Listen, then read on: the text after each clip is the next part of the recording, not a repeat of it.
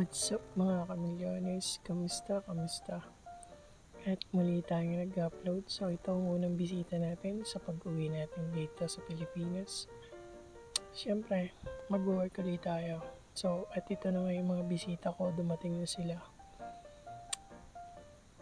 Nag-aayos na lang sila ng mga gamit para sasakay na sila sa bangka. And nandito na nga sila sa boat. Sasakay na namin sila sa bangka kasi papunta na sila dun sa pag-i-stayan nilang island.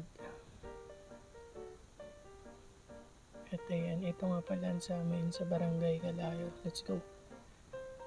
Matapos ng ilang minuto at nakasakay sila at nakasuot na ng life vest. Biyahe na tayo. Samahan niyo kami mga kamilyones. Let's go!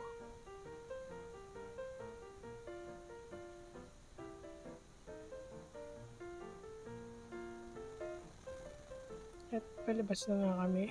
Ayan, umusok-usok pa dahil hirit ng bangka namin yan.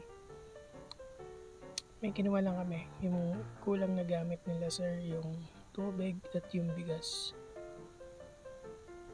At biyahe-biyahe na ulit. Ito na kami sa may Kairaang. Ayan, so may mga speedboat pa na malalaki, mga nagsiswimming. So, dalawa yung naging option niyan. Yung doon sana sila sa kabilang island kaso hindi nila nagustuhan. Kaya nag-check kami dito pero hindi rin nila nagustuhan.